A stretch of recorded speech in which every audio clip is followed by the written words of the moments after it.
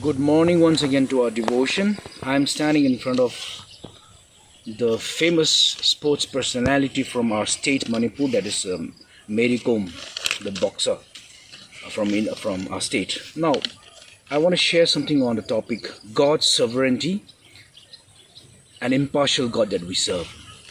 Sometimes we look at ourselves and we compare with different people. We sometimes think, God, why don't you answer my prayers? Why him? Why hers? Or is God a partial God? He doesn't, because of unanswered prayers, we have a lot of questions on these. And most importantly, if you're looking at a religious level, we have a chauvinism in us. There is a religious chauvinism. We begin to think that our God, my God, and there's a polarization of thoughts on God. I think that should not be so, because God loves every one of us. Now, my son and I, we were discussing about yesterday's prayer time. We had a short discussion on Genesis chapter 27, and my son got very emotional because he said it was a kind of sharp distinction between Esau and Jacob. Esau was having the birthright. Esau was also God's son of God in that sense. Then why would God elect Jacob? And why there's an instance of blessings and of course not curses, but then ruler and servant and things like that. God's election of Jacob, and why not Esau? My son was very emotional. He asked me a lot of questions, and I had to ponder over it. So I wanted to share this discussion with all of you. Now the thing is, this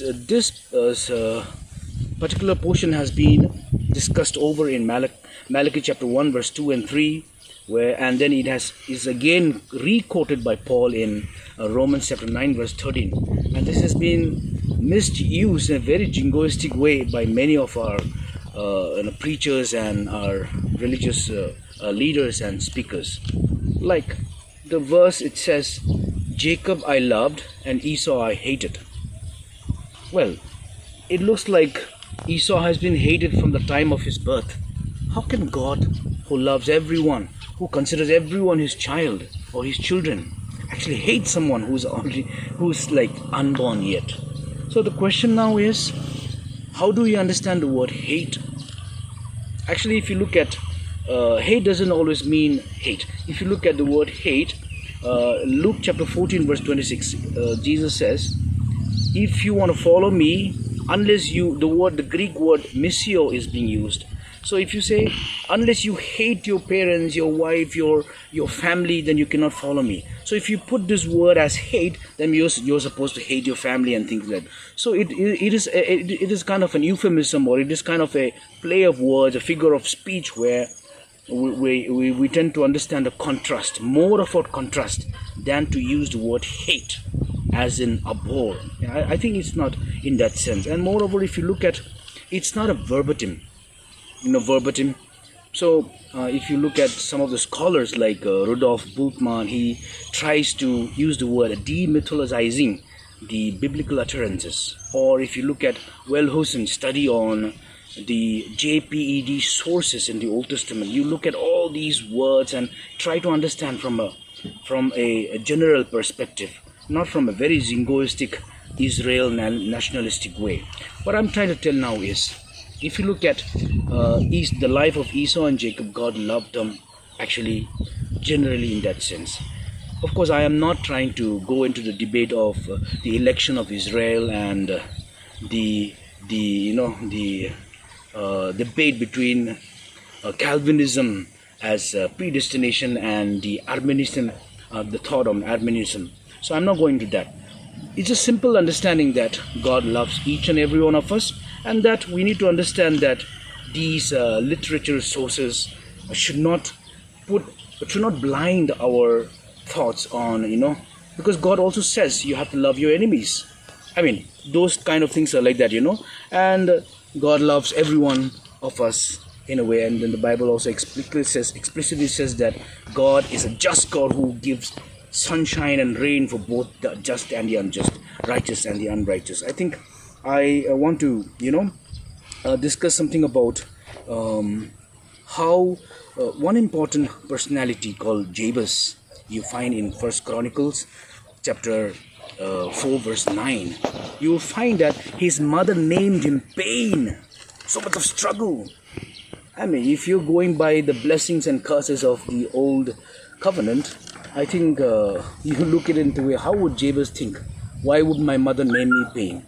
If you look at it, if you look at that verse again, Jabez cried out to God and the circumstances changed from pain into the most honorable of all people.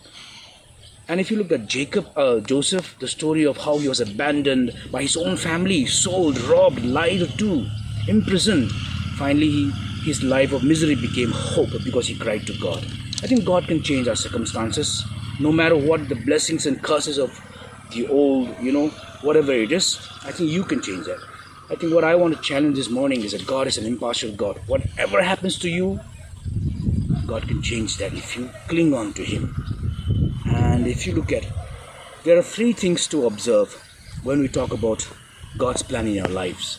Three people, three things, three objects, they control your life. One is God, who is the Alpha, the author, and also the finisher of your life. And also you have that, like Jabez, you have that in your hands to change circumstances. And also the devil, who tries to give you a thoughts of, who tries to rob your future, who tries to gives you all sorts of disbeliefs, who gives you all those, pride, anger, and all those, rebellion in you, to not change, to think of yourself as a very low esteemed person like Esau. If you look at Jacob and Esau, on a materialistic way, Esau had more animals and more blessings in that sense, but it was because of the covenantal blessings that Jacob received that, a nation came after him. What I want to tell you this morning is, we need to look at the overall picture of how God's sovereign action is on this. If you look at the only thing that I can now, in the theological circles, we talk about God's preferential option for the poor. God's preferential option for the poor. I think that is the closest that we can think about how, God has a soft corner for the people on the peripheral, community and things like that. God bless us all. May God help us to understand these things. Thank you.